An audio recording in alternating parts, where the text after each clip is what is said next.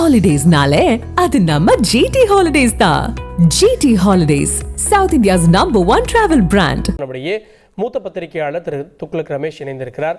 Sir, Vijay சனிக்கிழமை plan பண்ணுறாரு. மாணவர்கள், என் ஸ்கூல் ஸ்டூடெண்ட்ஸ், குழந்தைங்க உட்பட எல்லாருமே வர்றாங்க. ஸோ விஜயை திரையில் பார்த்த விஜயை தரையில் பார்க்குறோம் அப்படின்னு வரக்கூடிய கூட்டம் இது அப்படின்ற பார்வையை எடுக்கிறாங்க. இது எப்படி ஓட்டாக கன்வெர்ட் ஆகும்னு பார்க்குறீங்க? நீங்களும் பல இது போன்ற புதிய கட்சிகள் தொடக்கம் வரவெல்லாம் பார்த்துருப்பீங்க. அதோட விஜய் எப்படி ஒப்பிடுறீங்க? இல்லை, நான் எதுவும் இதை அவரை பார்ப்பதற்காக திரண்ட கூட்டம் என்று நான் கருதவில்லை. தமிழகத்திலே மாற்றத்தை விரும்புகிற வாக்காளர்கள் மிக கணிசமாக இருக்கிறார்கள். அவர்கள் வெவ்வேறு சமயங்களில் மாற்று சக்தி உருவாகும் போது வாக்களித்து வந்திருக்கிறார்கள். கிட்டத்தட்ட 18-19% வரை அந்த மாற்று வாக்காளர்கள் என்பதனுடைய அளவு என்பது இருந்து வந்திருக்கிறது. அது திரு விஜயகாந்த் அவர்கள் தலைமையிலான 3வது அணியின் போதும் சரி, பாரதிய ஜனதா உருவாக்கிய 3வது அணியின் போதும் சரி, இந்த 19% வாக்கு என்பது தொடர்ச்சியாக விழுந்திருக்கிறது. இப்போது திரு விஜய் அவர்கள் மாற்று சக்தியாக பார்க்கப்படுவதற்கான வாய்ப்புகள் மிக அதிகம் என்று நான் பார்க்கிறேன். ஏற்கனவே வெளிவந்த பல கருத்து கணிப்புகள் இந்த உண்மையை வெளிப்படுத்தி இருக்கின்றன. பல்வேறு நிறுவனங்கள் வெவ்வேறு சமயங்களில் கருத்து கணிப்புகள் நடத்தி முடிவுகளை வெளியிட்டிருக்கின்றன. தமிழக அரசியல் சூழல் குறித்து கடந்த 6 மாதங்களுக்குள் குறிப்பாக ஒரு பிரபல வார இதழ் நடத்திய கருத்து கணிப்பையும் நாம் பார்த்தோம். அதில் இளைஞர்கள், பெண்களுடைய பெருவாரியான ஆதரவு நடிகர் விஜய்க்கு இருப்பதாக அந்த கருத்து கணிப்பு தெரிவித்திருந்தது. அது களத்தில் இருக்கிறது, அந்த சூழல் இருக்கிறது என்பதை பார்க்கிறோம். இளைஞர்களும் பெண்களும் பெருமளவுக்கு அவருடைய பேச்சை கேட்பதற்கு அல்லது பார்ப்பதற்கு திரண்டு வருகிறார்கள். விஜய் நிச்சயமாக ஒரு மாற்று சக்தியாக உருவெடுத்து வருகிறார் என்றுதான் நான் பார்க்கிறேனே தவிர அவரை வேடிக்கை பார்க்க வந்த கூட்டம் என்று நான் கருதவில்லை. விஜயால என்ன தாக்கத்தை ஏற்படுத்த முடியும் தமிழ்நாட்டில்? நீங்க சொல்ற மாதிரி ஒரு 10% வந்து எப்பவுமே மாற்றத்தை தேடக்கூடியவர்கள் வாக்களிப்பாங்க. அது ஒரு 15 தாண்டினது இல்லையே. ஒரு காலத்தில் மூப்பனார் நின்னப்பவோ அப்பெல்லாம் கூட ஒரு 15 ஆகும். அது ஒரு மாற்றமாக திரும்ப காங்கிரஸை எழுச்சி கொண்டுருந்தாங்க. அந்த மாதிரி ஒரு மேஜிக் அகைன் நடக்கவே இல்லை எம்ஜிஆருக்கு அப்புறமா. இல்லை திரு கார்கே அவர்கள், நீங்கள் தவறான புள்ளி விவரத்தை கூறுகிறீர்கள். திரு மூப்பனார் அவர்கள் 20% மேல் வாங்கினார்.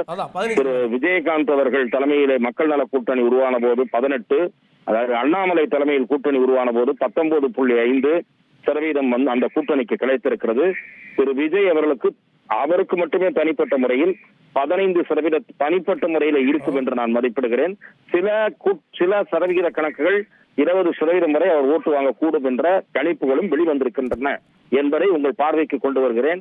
நிச்சயமாக நீங்கள் கூறுவது போலவோ அல்லது ஓரிரு அரசியல் விமர்சகர்கள் கருதுவது போலவோ அவரை பார்ப்பதற்காக திரண்ட கூட்டம் என்று மதிப்பிட நாம் தயாராக இல்லை. தமிழகத்தில் கவனிக்க வேண்டிய அரசியல் சக்தியாக திரு விஜய் உருவாகி வருகிறார்.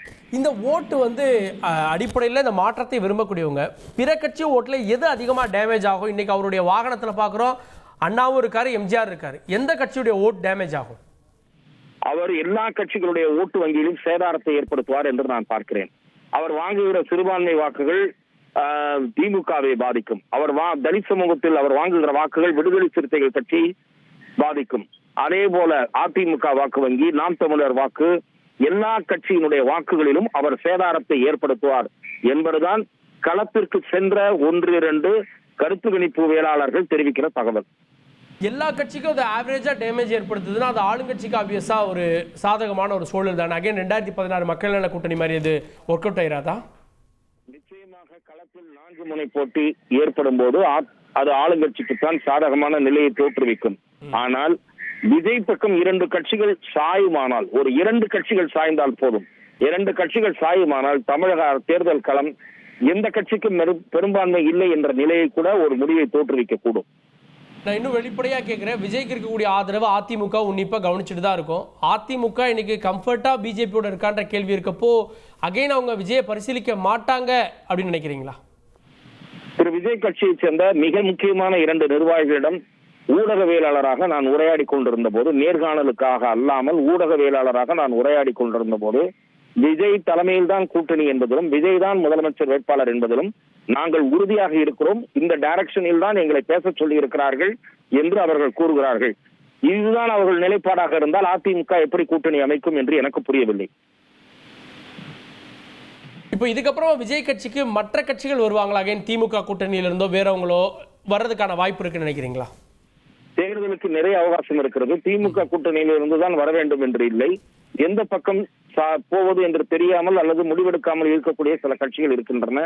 உதாரணமாக தேமுதிக, பாட்டாளி மக்கள் கட்சியினுடைய ஒரு அணி, அதே போல அதிமுகவிலிருந்து, அதாவது தேசிய ஜனநாயக கூட்டணியிலிருந்து விலகி இருக்கக்கூடிய திரு OPS, டிடிவி தினகரன், இப்படி வெவ்வேறு அணிகள் இருக்கின்றன, கட்சிகள் இருக்கின்றன. இவர்கள் விஜயுடன் சேர்வது கொடுத்து பரிசீலிக்க கூடும் என்று நான் நினைக்கிறேன். நன்றி திரு ரமேஷ், இணைந்து உங்களுடைய பார்வைகளை. இந்த கூட்டம் வெறும் நடிகரை பார்க்க வந்த கூட்டமாக பார்க்கல, அதுக்கு மாற்றத்தை விரும்பக்கூடிய வாக்காளர்கள் இளைய தலைமுறையிலும் அதில் இருக்காங்க அப்படின்ற செய்திகளை பார்க்குறீங்க. அரசியல் அரங்கத்தில் உன்னிப்பாக கவனிக்க வேண்டிய ஒரு மெசேஜ். இது என்ன செய்தியை உணர்த்த போகுது அப்படின்றத பார்க்கலாம். அடுத்த ஸ்பாட்டை நோக்கி விரைந்திருக்கிறார். இதுவரை ஊர்ந்து வந்த விஜயனுடைய வாகனம் இப்போது சீறி பாய்கிறது. அரியலூரை நோக்கி 60 கிலோமீட்டர் வேகத்திற்கு மேலாக சென்று கொண்டிருக்கிறது. தொடர்ந்து அந்த காட்சிகளை பார்க்க இருக்கிறோம். ஹாலிடேஸ்னாலே அது நம்ம GT Holidays தான். GT Holidays, South India's #1 travel brand.